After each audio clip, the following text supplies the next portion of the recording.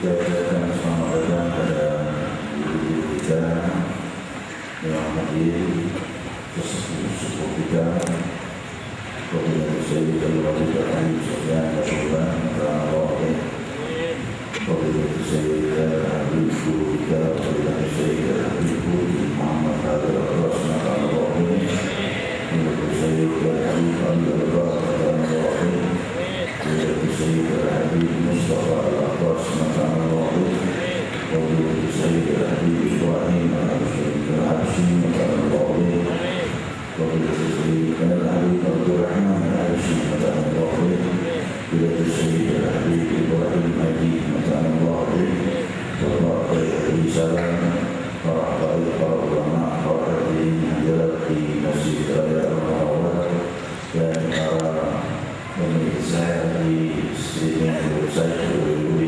Majlis Rasulullah Haji. Kembali kita membaca hadis Rasulullah Sallallahu Alaihi Wasallam dengan niat tidak di Rasulullah Sallallahu Alaihi Wasallam, tidak bertiba di Rasulullah Sallallahu Alaihi Wasallam, wa silatul tauhid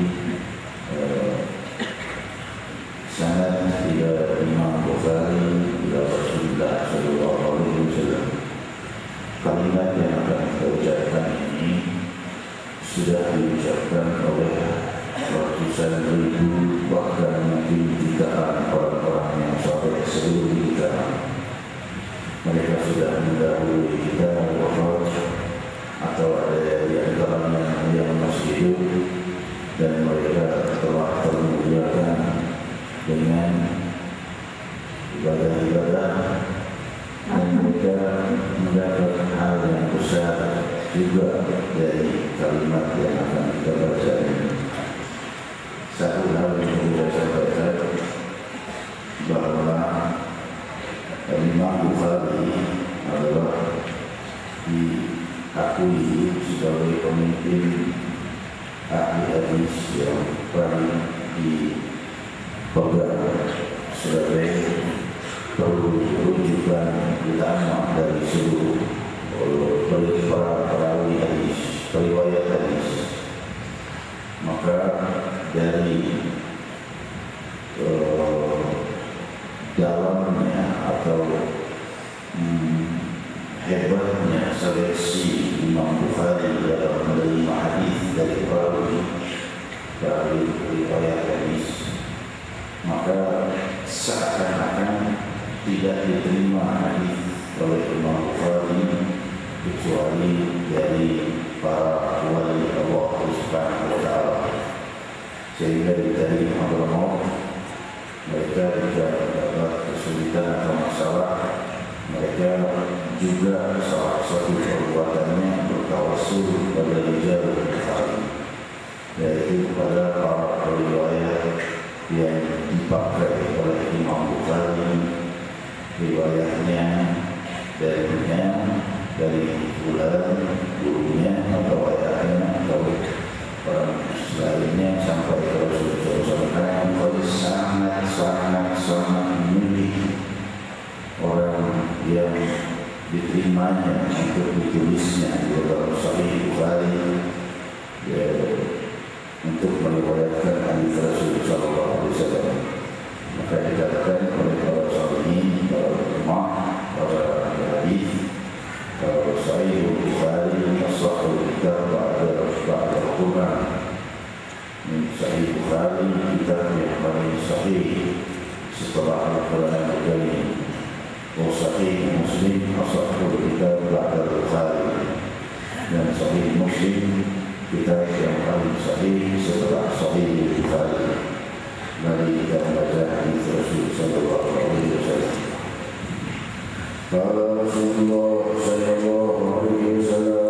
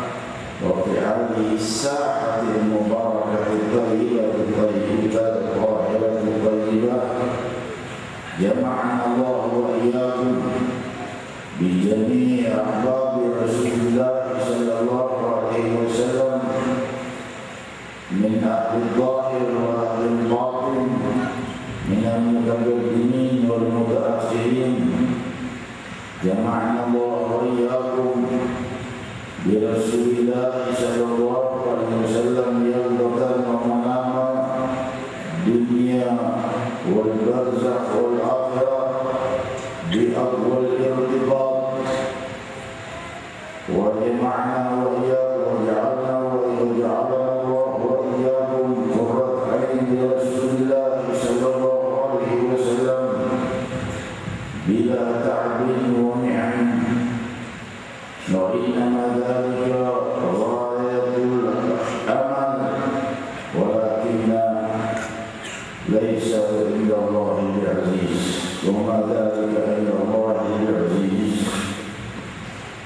Maha memuji kehadiran Allah Subhanahu wa Ta'ala yang Maha Luhur, yang Maha membuka matahari kebahagiaan bagi hamba-Nya. Matahari yang dikenal di dalam alam zahir hanyalah satu matahari, sekedar penerang bumi.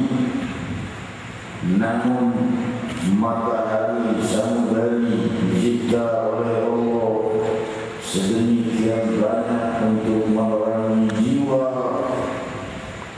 karena jiwa itu adalah ikatan, jiwa itu adalah ikatan antara hati dengan jasad yang akan berpisah dengan jasad menuju kepada yang Maha memiliki jasad. Dan hijab atau tabir yang menghalangi antara makhluk dengan pencipta diriwayatkan di dalam banyak riwayat sebanyak 70.000 tabir. Dan ketika Nabi Allah Musa meminta untuk melihat Allah Subhanahu wa Ta'ala berfirman, innaka lam tarani, kau tidak akan pernah bisa melihat aku. Maka Nabi Allah Musa alaihi salatu wassalam diperlihatkan kekuatan dari tentara Allah yang ada di bumi, diperdengarkan gemuruh lautan dari samudera yang paling dahsyat di bumi, diperdengarkan halilintar yang terbesar mengitari Nabi Allah Musa, diperlihatkan awan-awan gelap yang menakutkan, diperlihatkan tentara-tentara Allah Subhanahu wa Ta'ala yang ada di bumi. Lalu Nabi Allah Musa diperlihatkan tentara-tentara Allah dari para malaikat yang ada di bumi. Lalu yang ada di api yang pertama, yang kesemuanya bergemuruh memuji nama Allah, mensucikan nama Allah. Allah Maha Suci tanpa butuh disucikan. Namun yang mensucikan nama Allah lah yang akan menjadi orang yang disucikan Allah. Maka Nabi Allah Musa termenung melihat dahsyatnya gemuruh para malaikat yang bertasbih menyebut nama Allah. Lalu Jibril alaihissalam membukakan langit kedua dalam riwayat tafsir Imam Tabari, hingga terlihat malaikat yang jauh lebih besar dan lebih gemuruh suaranya daripada yang sebelumnya, memuji Allah dan mengagungkan Allah. Lalu dibukakan langit yang ketiga, sehingga dilihat lagi malaikat yang jauh lebih besar, lebih berwibawa dan lebih gemuruh suaranya memuji Allah, hingga roboh Nabi Allah Musa tidak mampu berdiri dari risaunya melihat kewibawaan tentara Rabbul Alamin. Lalu malaikat Jibril berkata, berdiri wahai Musa, kau akan melihat yang lebih dari ini. Langit keempat dibuka dan terlihat yang lebih dahsyat lagi. Dan Nabi Musa sudah menggigil dari risaunya melihat keadaan itu. Jangan-jangan dia salah minta kepada Allah dan merasa menyesal telah berdoa meminta ingin melihat Allah. Baru melihat tentara-tentara Allah Subhanahu wa Ta'ala, dia sudah gemetar. Lalu dibuka langit kelima, keenam dan ketujuh. Maka setelah itu terlihatlah tabir yang di dalam tafsir Imam Ibn Katsir berupa 70.000 cahaya, paduan antara cahaya, kegelapan dan air, bergemuruh bersatu dan saling bidik satu sama lain antara Dibuka satu tabir dari sedemikian banyak tabir itu, maka diperlihatkan kepada gunung, dan gunung itu terpendam ke dalam bumi dan tidak terlihat lagi, dan dia tidak akan muncul kecuali sampai hari kiamat kelak. Dari takutnya kepada Allah, robohlah Nabi Musa alaihissalatu wassalam. Hadirin hadirat yang dimuliakan Allah, rahasia kewibawaan ilahi semuanya siap di dalam hati kita untuk menerimanya. Hati bagaikan kaset atau bagaikan DVD atau bagaikan alat perekam yang siap merekam cahaya Rabbul Alamin, bagaikan kamera yang siap untuk merekam cahaya Rabbul Alamin. Dan telinga dan penglihatan adalah alat untuk mendengar dan menyampaikan kepada sanubari. Maka oleh sebab itu Allah Subhanahu wa taala berfirman, innal fu'ada wal basara ila akhir ayat, wa innal sam'a wal basara wal fu'ada kullu dzalika kana 'anhu mas'ula. Bahwa penglihatan, pendengaran dan sanubari itu semuanya akan dipertanyakan di hadapan Allah. Menunjukkan penglihatan dan pendengaran mempunyai ikatan yang jelas untuk berpadu di dalam hati, menuntun kepada yang luhur atau sebaliknya. Dan setelah itu akan menjadi pertanyaan dan dipertanggungjawabkan oleh Allah Subhanahu wa taala. Hadirin hadirat, dan mereka punya perjanjian kepada Allah Subhanahu wa taala sebelum lahir ke muka bumi, namun hal itu dilupakan dari kita.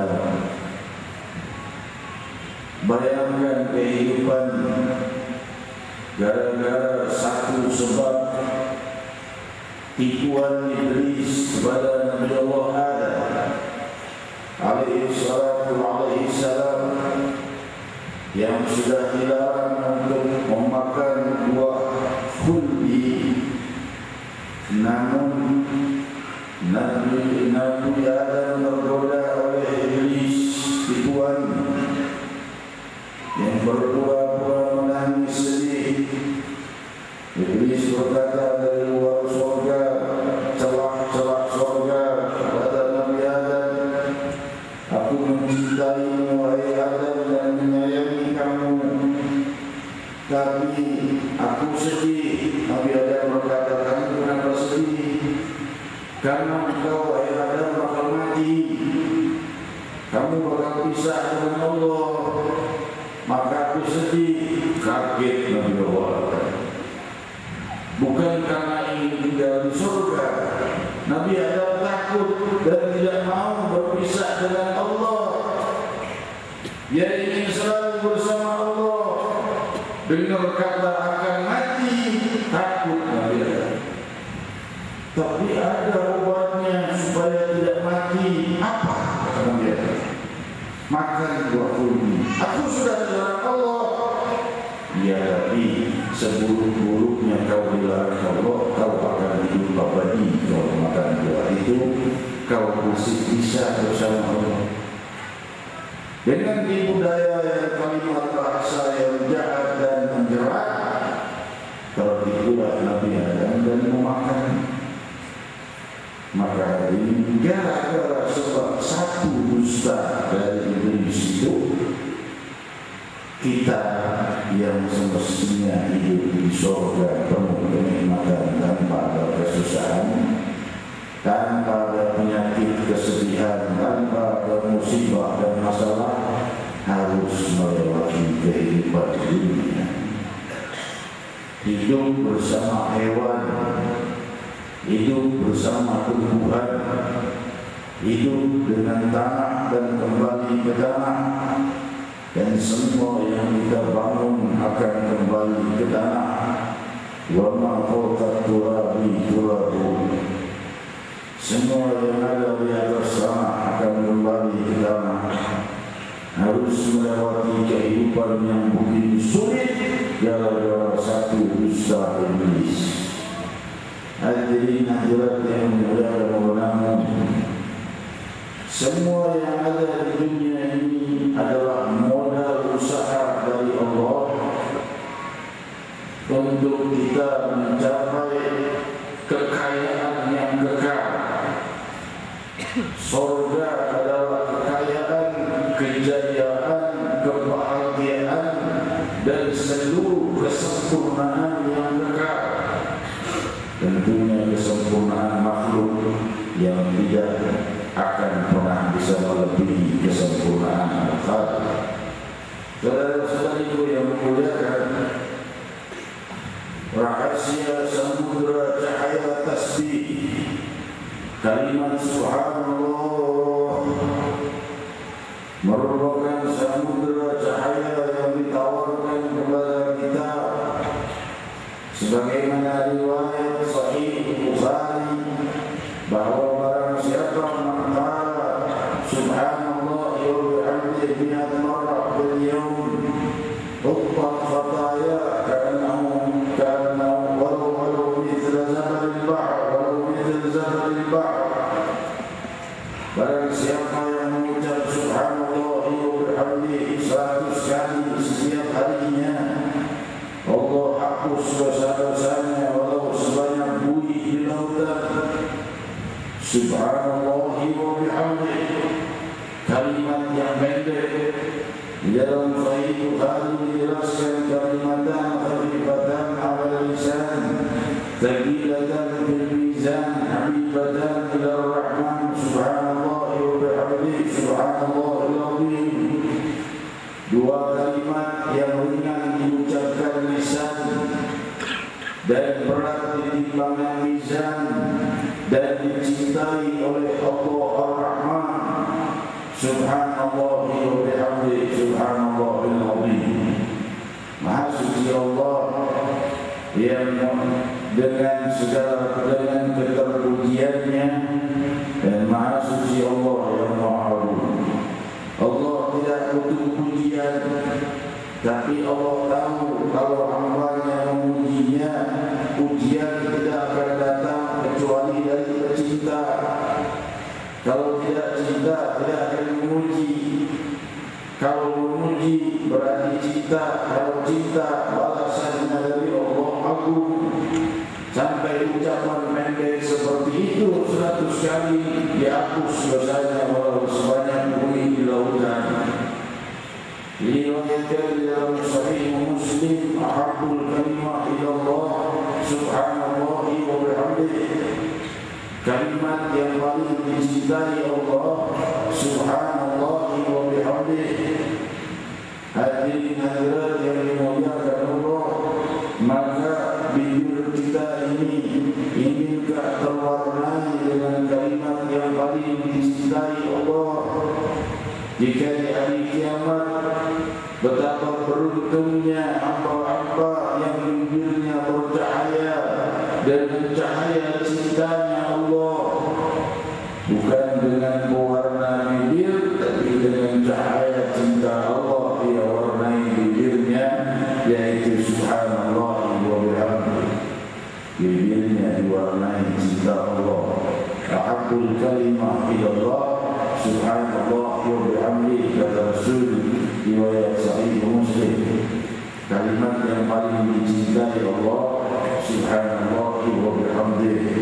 Hadirin hadirat, Imam Bukhari meriwayatkan di dalam Adabul Mufrad bahwa Nabi Allah Nuh berwasiat kepada putranya, wahai putraku, kuwasiatkan dua zikir untukmu, la ilaha illallah dan subhanallah wa bihamdihi.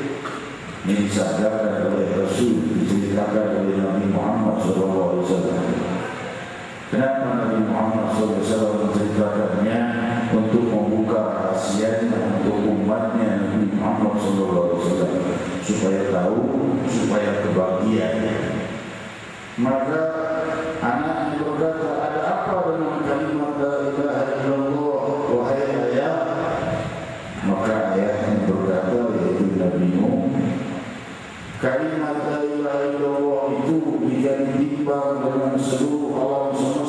dan semua ciptaan Allah masih lebih ringan dari beratnya kalimat la ilaha illallah.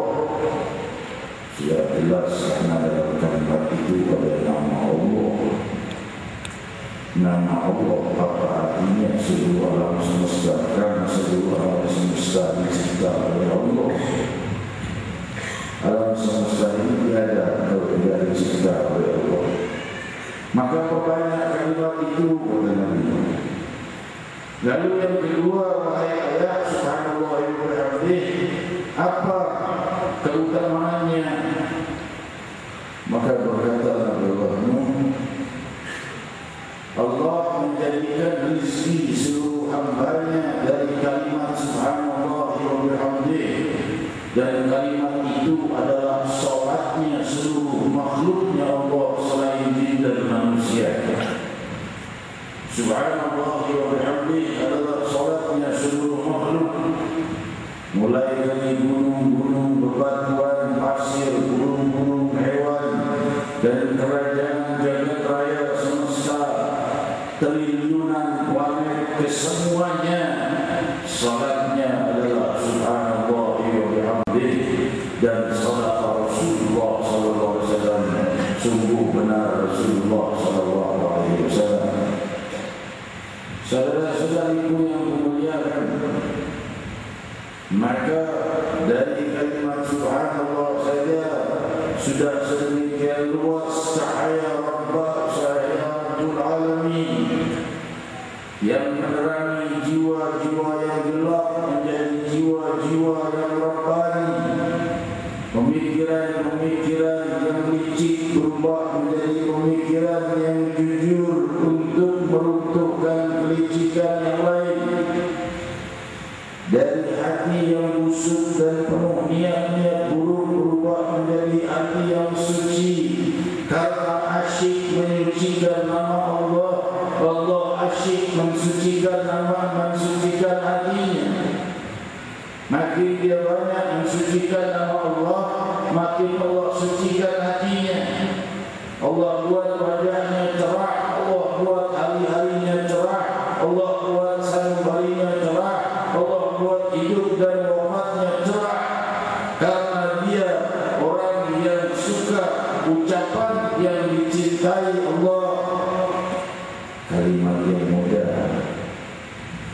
alhamdulillah, juga merupakan kalimat yang sangat pendek, tapi disabdakan oleh Nabi kita Muhammad SAW. Alhamdulillah tamla'ul mizan. Kalimat alhamdulillah memenuhi timbangan amal. Kok bisa? Kenapa? Karena maknanya ujian itu datang dari cinta. Kalau cinta sudah bergemuruh di dalam hati kepada Allah, penuh timbangan amal itu. Hadirin hadirat yang dimuliakan Allah, maksudnya penuh di sini Allah sudah mencintainya. Kalau Allah sudah mencintainya, seluruh dosanya bisa berubah menjadi pahala. Allah Subhanahu wa taala berfirman, "Illa man taba wa amana wa 'amila 'amalan shalihan fa ulaika yubaddilu sayyi'atihim hasanat." Jika kecuali mereka yang bertobat, beramal saleh, dan illa man taba wa amana wa 'amila 'amalan shalihan, bertobat, beramal saleh sama punya, maka mereka itu Allah ganti dosanya jadi pahala karena cintanya kepada Allah. Jika seorang sahabat membaca subhanallah al-ikhlas, surat al-ikhlas, asyik dengan surat al-ikhlas, lalu para sahabat bertanya kepada seorang ini, kerjanya siang malam surat al-ikhlas terus yang dia baca. Riwayat Sahih Bukhari, maka Rasul berkata, "Hubbuka iyyaha rasulatan jannah." Cintamu kepada surat al-ikhlas itu membuatmu masuk surga. Hadirin hadirat yang dimuliakan Allah, orang yang mencintai Allah itu tidak akan disiksa, karena tidak mungkin seseorang mencintai Allah kecuali dengan izinnya. Orang yang mencintai Allah akan terkena banyak godaan nanti kalau cinta Allah datang musibah. Idza Allah abdan ibtala. Jika Allah cinta pada hambanya, jika Allah cinta pada seorang hambanya, maka Allah akan memberinya ujian.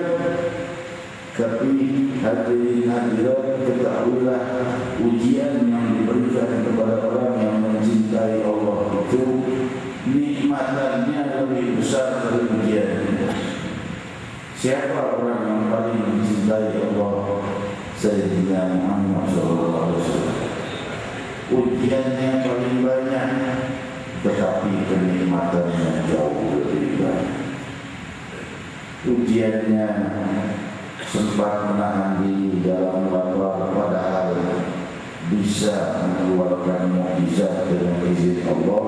Air mengalir dari jari-jarinya, memegang makanan sehingga makanan untuk 5 orang berubah menjadi makanan cukup untuk 1.500 orang. Hal-hal seperti ini tidak mustahil bagi Muhammad Rasulullah SAW. Hadirin hadirat yang dimuliakan Allah, dan cinta kepada Rasul sallallahu alaihi wasallam itu membuka tabir jasa dia antara kita dengan Rasul sallallahu alaihi wasallam. Tabir jasa dia tertutup dengan waktu, tapi tabir ruhaninya tidak bisa ditutup dengan waktu. Oleh sebab itu, hadirin hadirat yang dimuliakan Allah,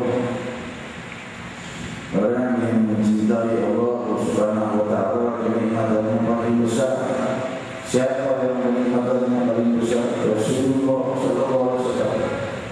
Bulan dipanggil dengan telunjuk jarinya, maka bulan itu bergulir di udara datang mendekat. Bulan diperintah terbelah, bulan terbelah. Sebelah di gunung sebelah lagi di gunung sebelahnya. Demikian riwayat Sahih Bukhari.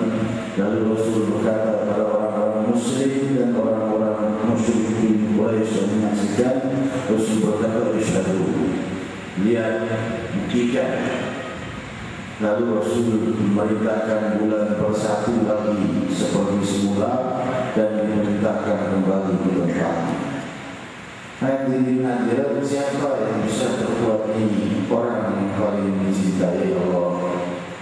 Hadirin hadirat yang dimuliakan Allah, dengan mudahnya sang Nabi memanggil batu-batu dan pepohonan sehingga mereka datang dan bersujud kepada Rasulullah SAW. Riwayat Imam Tabligiyat, ketika Rasul SAW masuk ke Makkah, tidak satu batu dan pohon pun kecuali sujud kepada Nabi Muhammad SAW. Dan ketika masuk ke Madinatul Munawwarah, hewan-hewan sujud kepada Rasulullah SAW. Dan Sayyidina Abu Bakar Siddiq pun sujud kepada Rasul, tapi ditahan kepada Rasul. Kata Rasul, jangan sujud pada aku, ini untuk selain manusia. Ya Rasulullah, nahnu ahaqqu bis-sujud minkum. Ya Rasulullah, kami lebih berhak sujud padamu daripada hewan. Kami umatmu dan hewan-hewan itu bukan umatmu. Kami mestinya yang sujud padamu. Rasulullah Allah tidak mau sujud, disujudi oleh manusia. Hadirin hadirat yang dimuliakan Allah, kalimat la ilaha illallah demikian agungnya. Kalimat Allahu Akbar demikian agungnya. Ketika kita ucapkan kalimat Allahu Akbar, sedangkan hati kita sedang penuh gundah, kita besarkan hati kita dengan kebesaran nama Allah Subhanahu wa ta'ala. Allah Maha Besar dari kesulitanku, Allah Maha Besar dari kekuatan musuhku, Allah Maha melihat dari semua yang tidak melihatku saat ini. Orang lain melihat hanya wajahku saja, tapi Allah melihat apa yang terdalam di dalam hatiku dan melihat apa yang terjadi di masa depanku. Wa ma tadri nafsun bi ayyi ardin tamut wa ma tadri nafsun madza taksibu ghadan wa ma tadri nafsun bi ayyi ardin tamut. Manusia tidak tahu apa yang akan terjadi padanya esok, dan dia tidak tahu di mana dia akan wafat. Kita ini semuanya seperti manusia yang buta, ya, tidak bisa melihat apa yang di depan kita dari segi masa depan. Hanya dituntun oleh Allah Subhanahu wa Ta'ala kita berusaha dengan tongkatlah, dengan batulah, dengan meraba-raba. Itulah yang kita sebut usaha. Betapa lemahnya dan betapa tidak berartinya kalau kalian orang buta jalan mau mencari jalan yang benar supaya tidak terprosok di jurang, hanya bisa meraba-raba atau dengan tongkat yang tua yang bisa juga membuatnya terjatuh.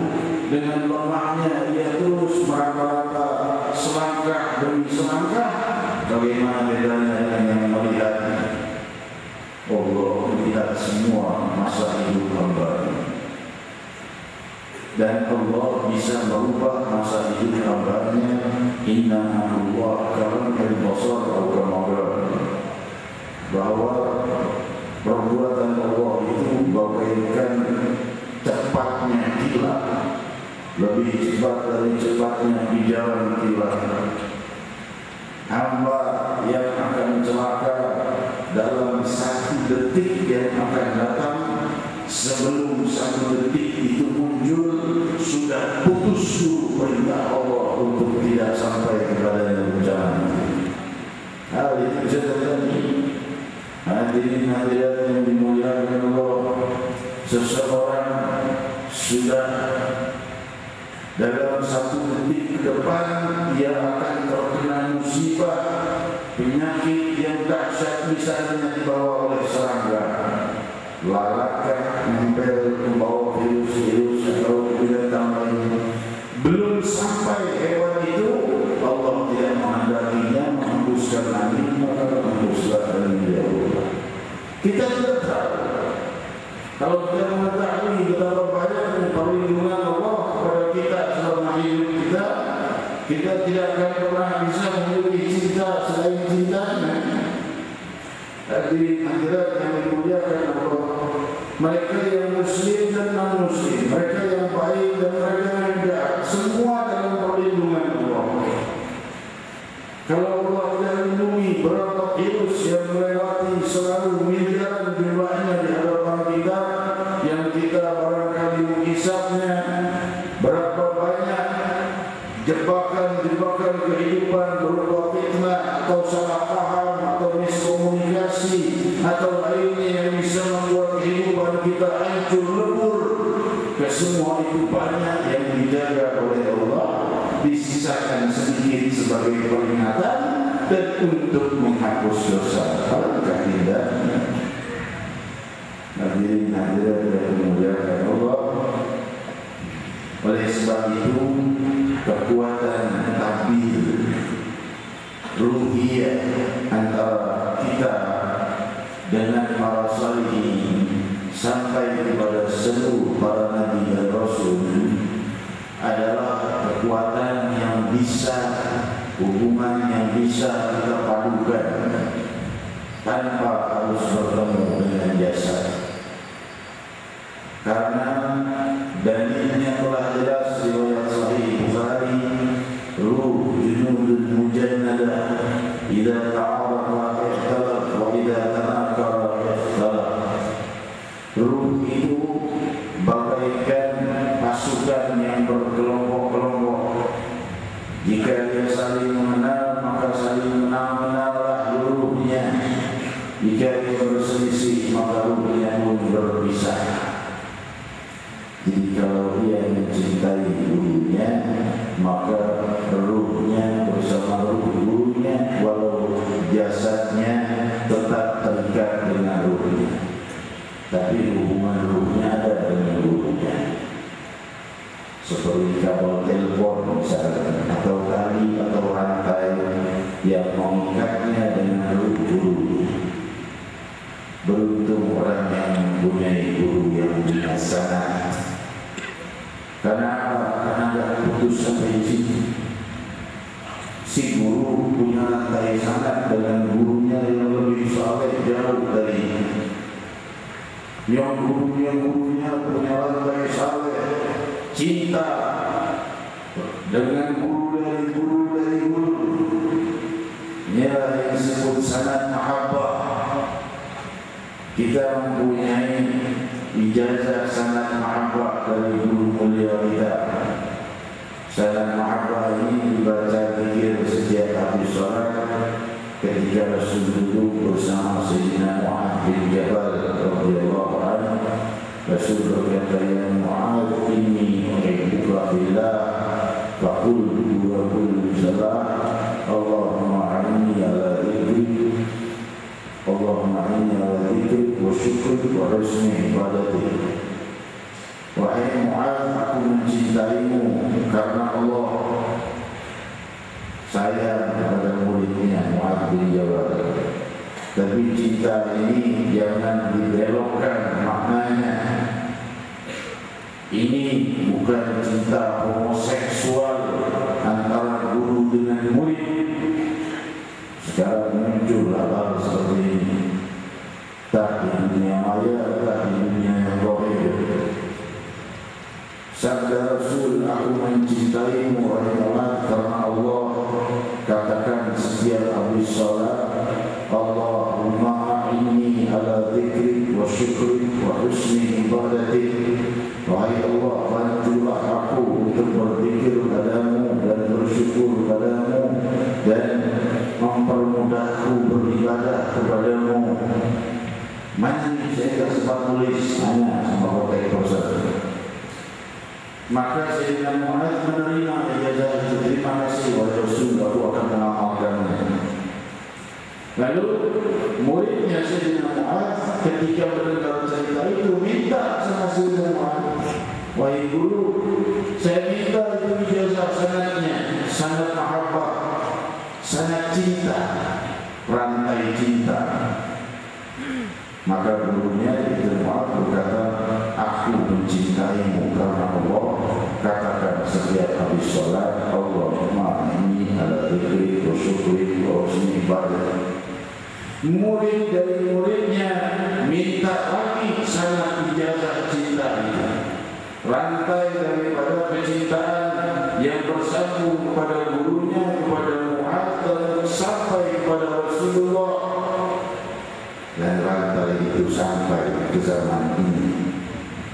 Di sini saya minta dan mohon maaf kepada guru-guru yang hadir di sini, ulama banyak. Saya mewakili mereka mengijazahkan kepada hadirin sanad mahabbah, yaitu rantai cinta yang bersambung kepada guru mulia sampai pada gurunya, sampai pada gurunya, dan ujungnya adalah Rasulullah SAW.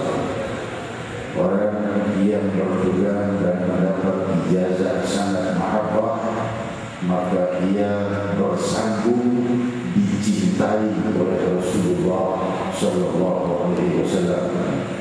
Namun bagaimana kalau dia tidak mengamalkan amalnya, mengamalkan atau tidak, ia sudah memiliki rantainya. Rantai sudah di kanannya. Kalau bukan tanganmu, rantai tergenggam. Kalau lepas tanganmu, rantai bisa terlepas, bisa tidak.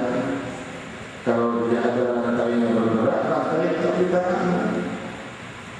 Dikatakan oleh Sayyidina Imam Abdullah bin Ali al-Haddad, ma khiyallahu sayyidallahu khayallahu sayyidna ma sayyidna.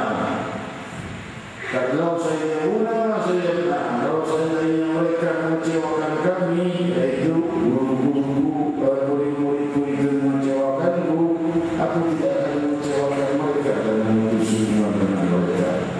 Itu Imam al-Haddad, lebih lagi Sayyidina Muhammad. Hadirin hadirat yang dimuliakan Allah, saya ijazahkan sanad mahabbah yang kita terima dari guru mulia kita Al-Musni Al-Arifullah Habib Nabi Habib. Katakanlah wahai saudara-saudaraku, saya menyayangi kalian semua, dan katakanlah setiap habis salat, Allahumma a'inni, Allahumma a'inni ala dzikrika wa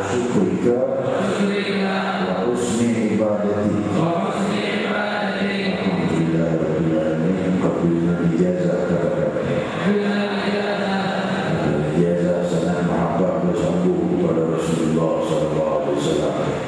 Selanjutnya diri hadirat yang perlu juga saya sampaikan adalah berhati-hati mencari guru yang mempunyai sanad. Rata-rata guru ahli sunnah wal jamaah, kiai-kiai para ulama sudah punya sanad. Tanya gurunya siapa sanad, balik-baliknya kembali di sanad kita juga.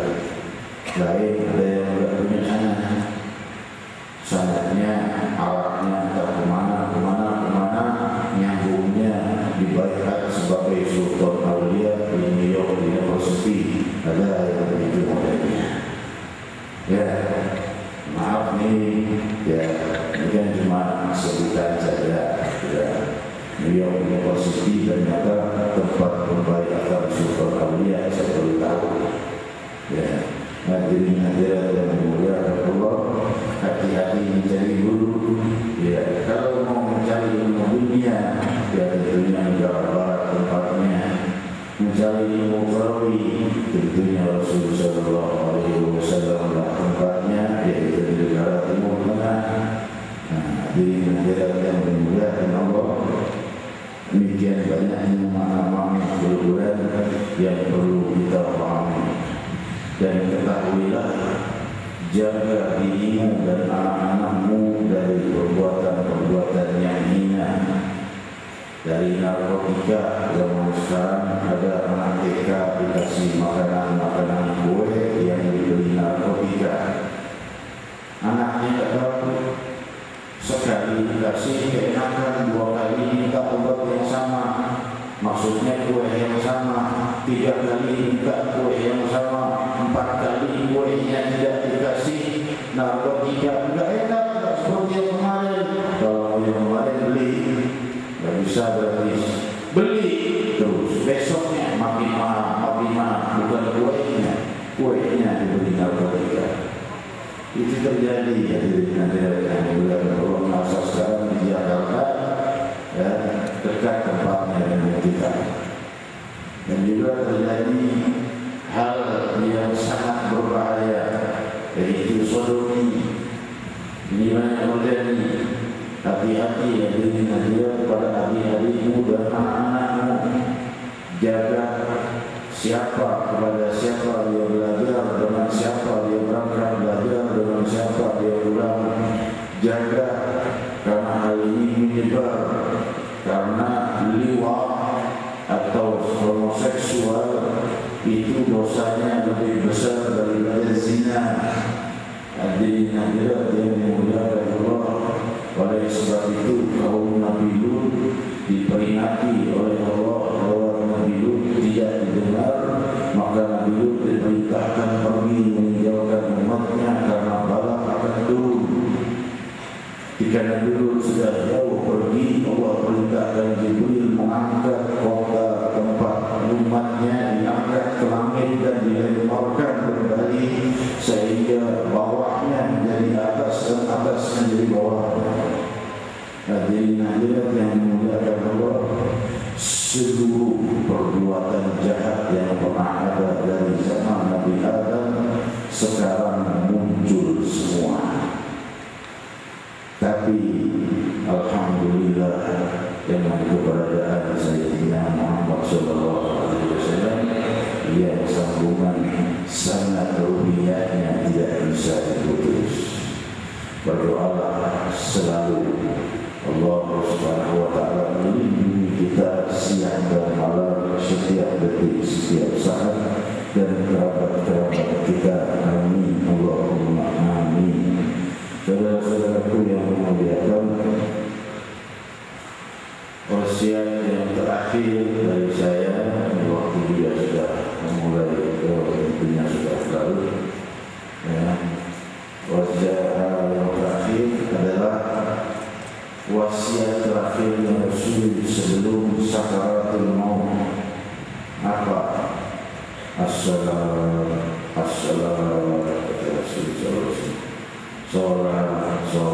salah satu wasiat Rasulullah SAW kepada kita, jaga wasiat yang terakhir dari Rasulullah SAW itu, karena hal itu adalah tiangnya agama.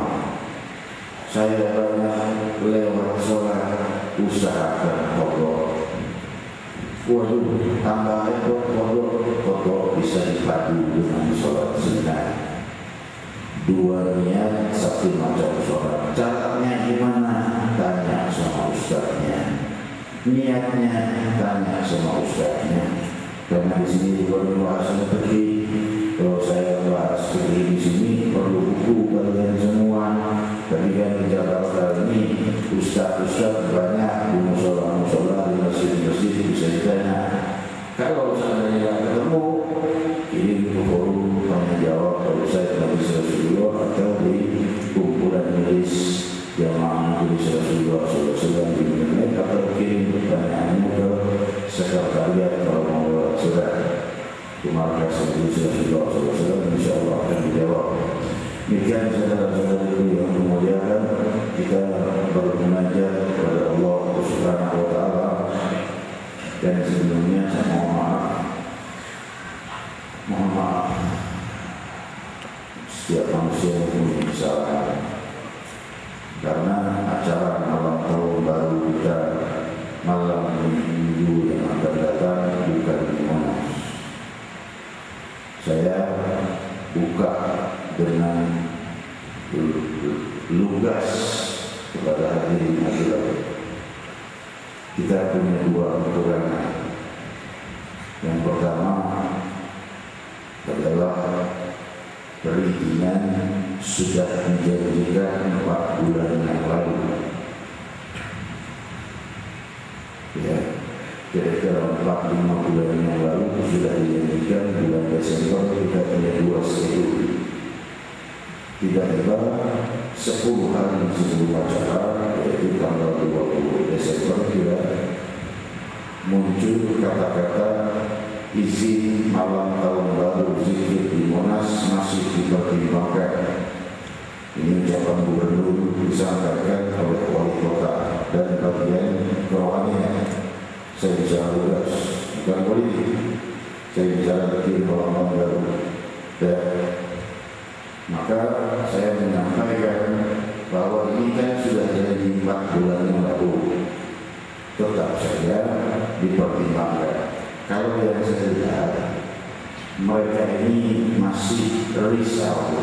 Majelis Rasulullah SAW ini belum dipercaya penuh.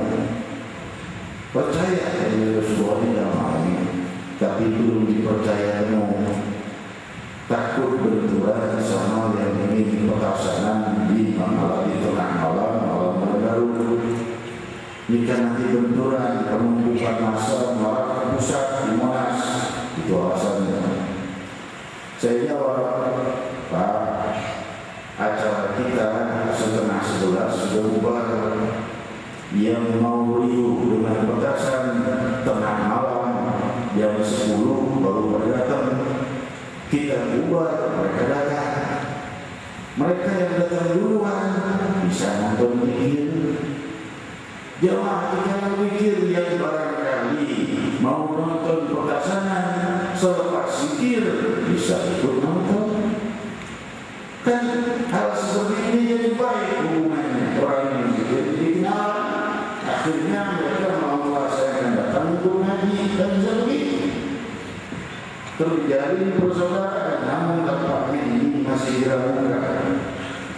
Jadi tetap silahkan di hari-hari lain selain malam tahun baru. Hati teriris, ternyata petasan lebih afdal dari Allah. Ternyata letupan ratusan juta rupiah di tengah-tengah kelaparannya umat di DKI ini lebih pantas didahulukan dan dilindungi daripada kumpulan gemuruh menyebut nama Allah di malam penuh dosa. Tapi jangan habis dulu terus bermudah kok. Ya, manusia kan punya kekurangan. Ya, kalau nggak punya kekurangan, namanya Nabi. Saya mau ceramah siang malam tercapai juga. Saya menunjukkan beberapa hal ini kayak ini bisanya didengar subuh dan didengar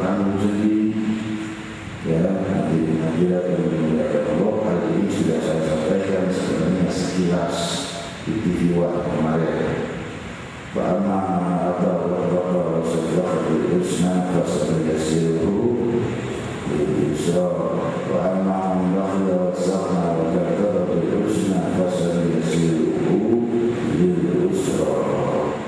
Mereka yang bertakwa, berbuat baik dan bersedekah, maka mereka dimudahkan Allah ke jalan yang lebih mudah.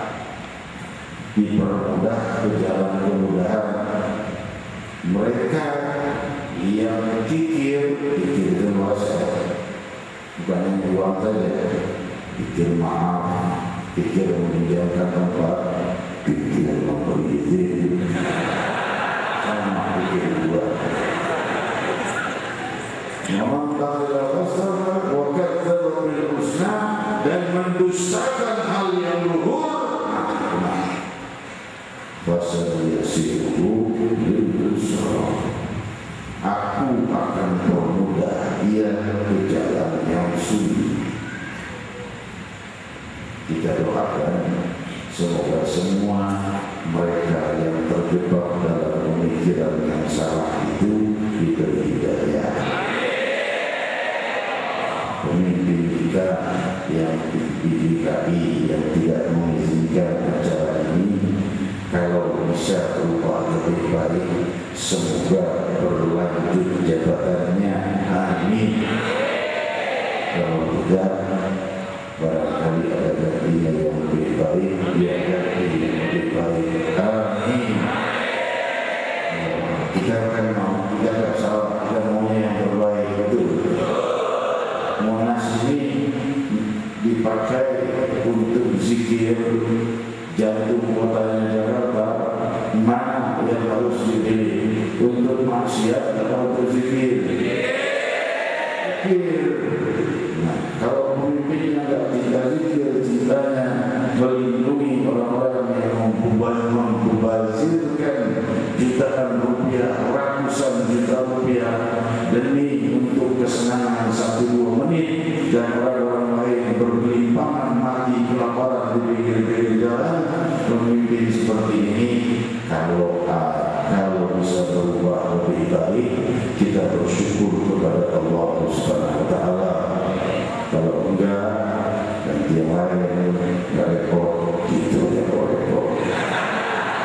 Bila Allah tidak bisa saya sampaikan, ya biasa sekarang selama tak ada duit kantor.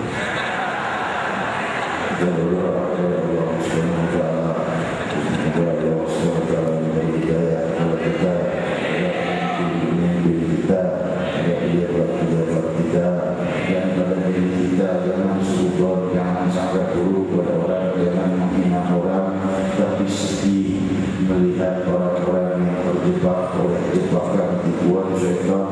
Bayangkan Nabi Adam alaihissalam saja bisa tertipu oleh tipuan syaitan, apalagi orang-orang zaman sekarang. Jadi maklumi, jangan langsung marah dan emosi. Majelis Rasulullah, majelis yang damai, tidak ada istilah kekerasan di majelis kita.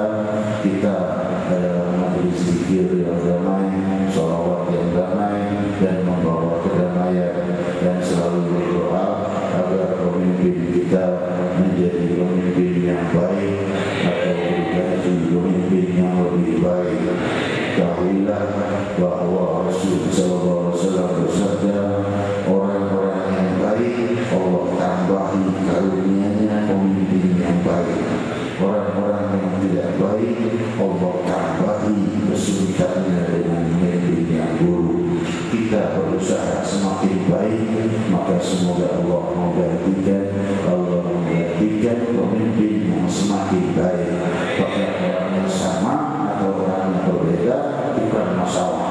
Yang penting pemimpin yang baik. Amin. Allahumma amin.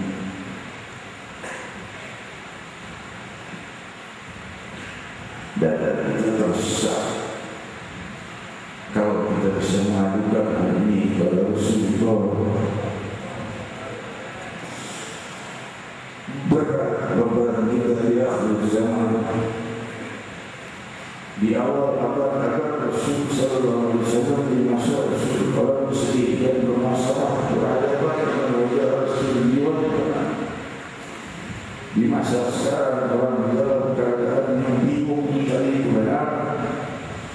Di masa sekarang kita tercekik dengan banyak permasalahan dakwah Nabi Sallallahu Alaihi Wasallam, mau mengadu mana para sahabat mengadu kepada Rasulullah.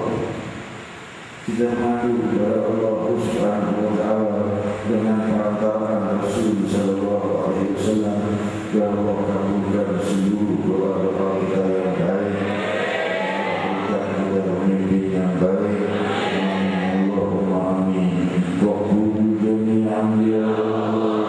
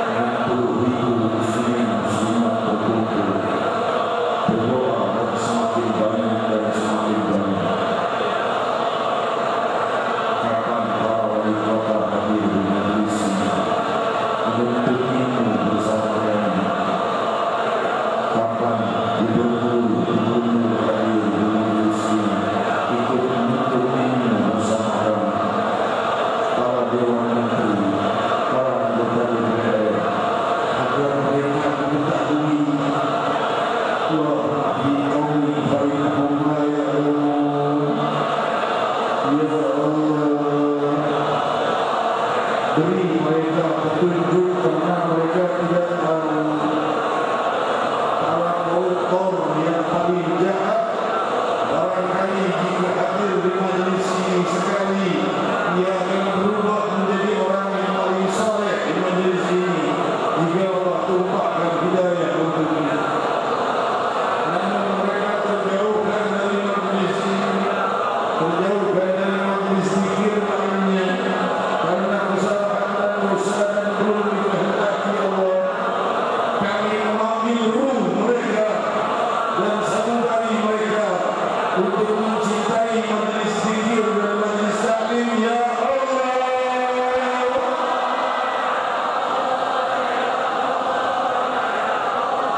mereka yang terjebak dalam narkotika, perzinahan, perjudian, homoseksual dan segala perbuatan kemungkaran minum ibadah, kemungkaran akidah, Rabbi limpahi taubat, limpahi mereka hidayah dan petunjuk. Ya Allah,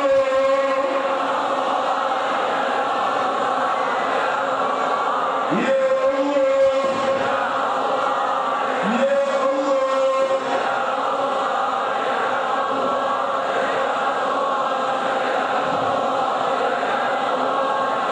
Ya Allah.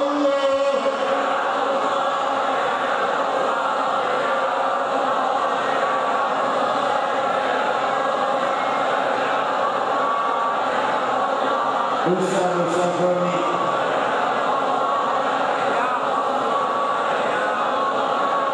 leburkan dan hancurkan dengan nama-Mu yang Maha Berwibawa. Musibah-musibah yang akan datang kepada kami, hancur leburkan dengan kewibawaan nama-Mu. Ya Allah, Ya Allah. Anak-anak kami jaga, keturunan kami jaga,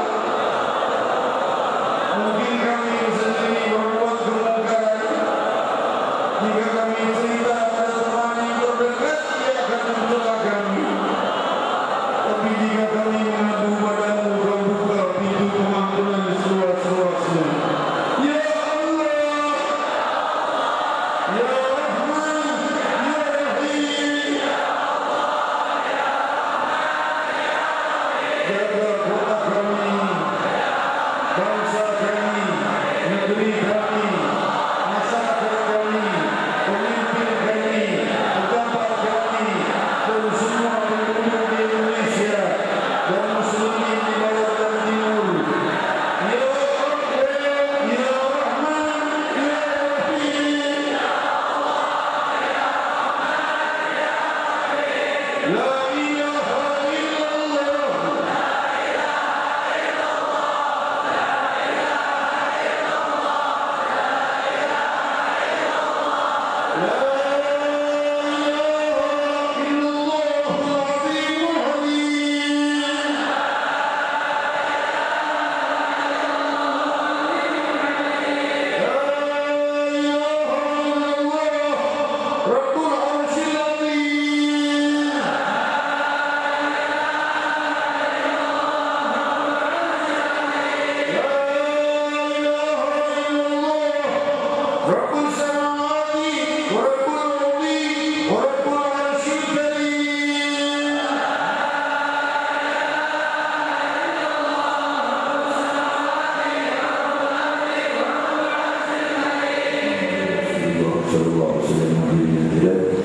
Kita sudah berusaha mencari tempat yang baik untuk zikir malam minggu yang akan datang, tapi kita tidak mendapatkannya.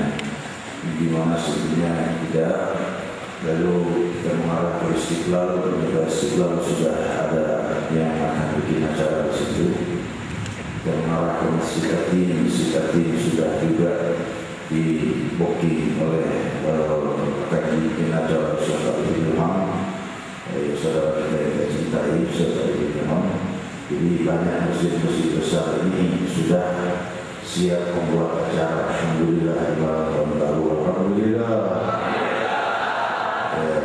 Kita di Masjid Raya Al-Munawwar dan kita anggap ini perjanjian Hudaybiyah.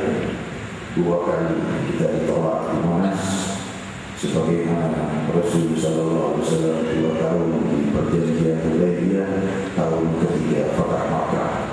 Tahun depan insyaallah Monas diburu dengan zikir.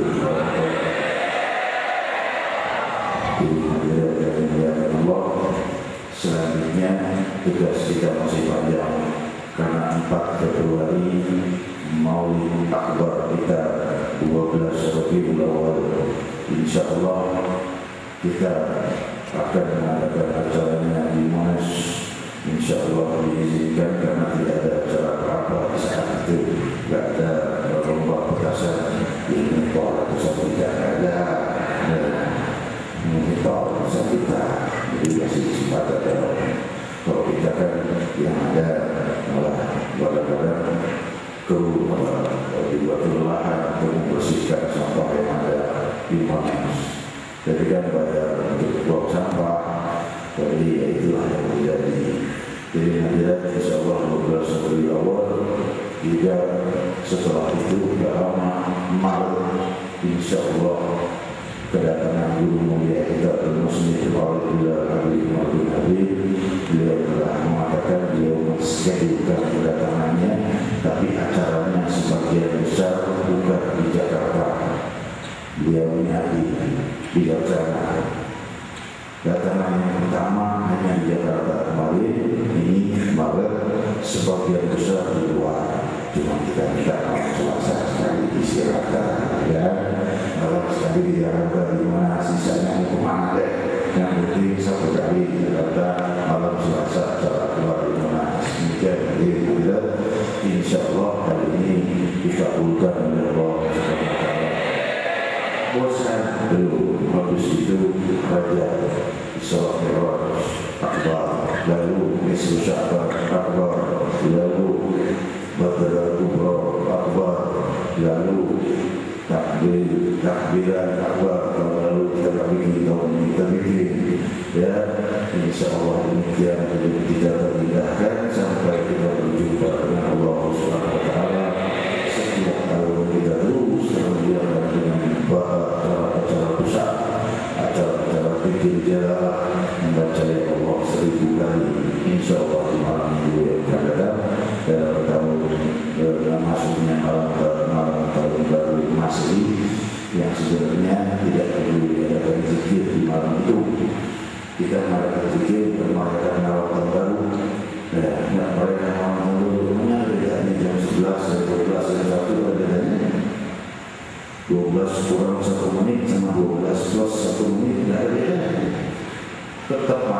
juga.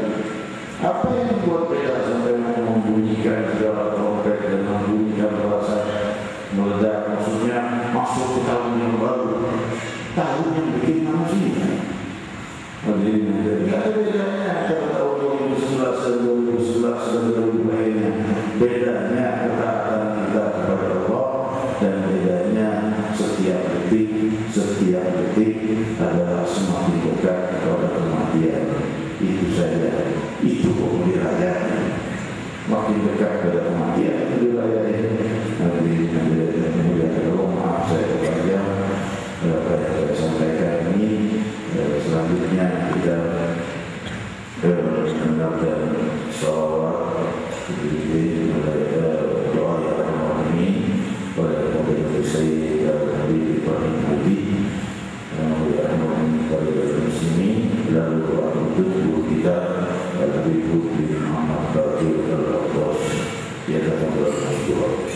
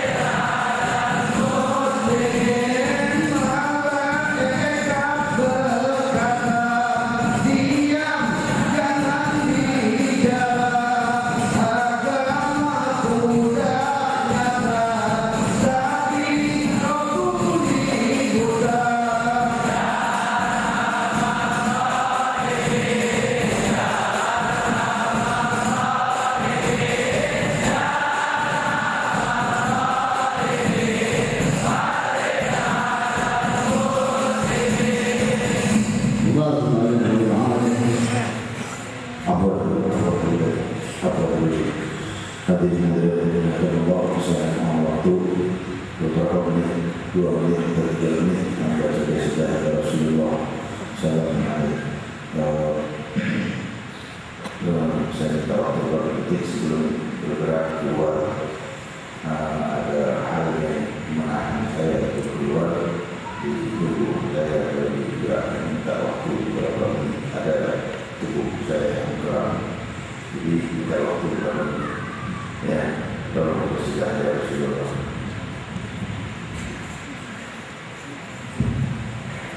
Ya Rasulullah.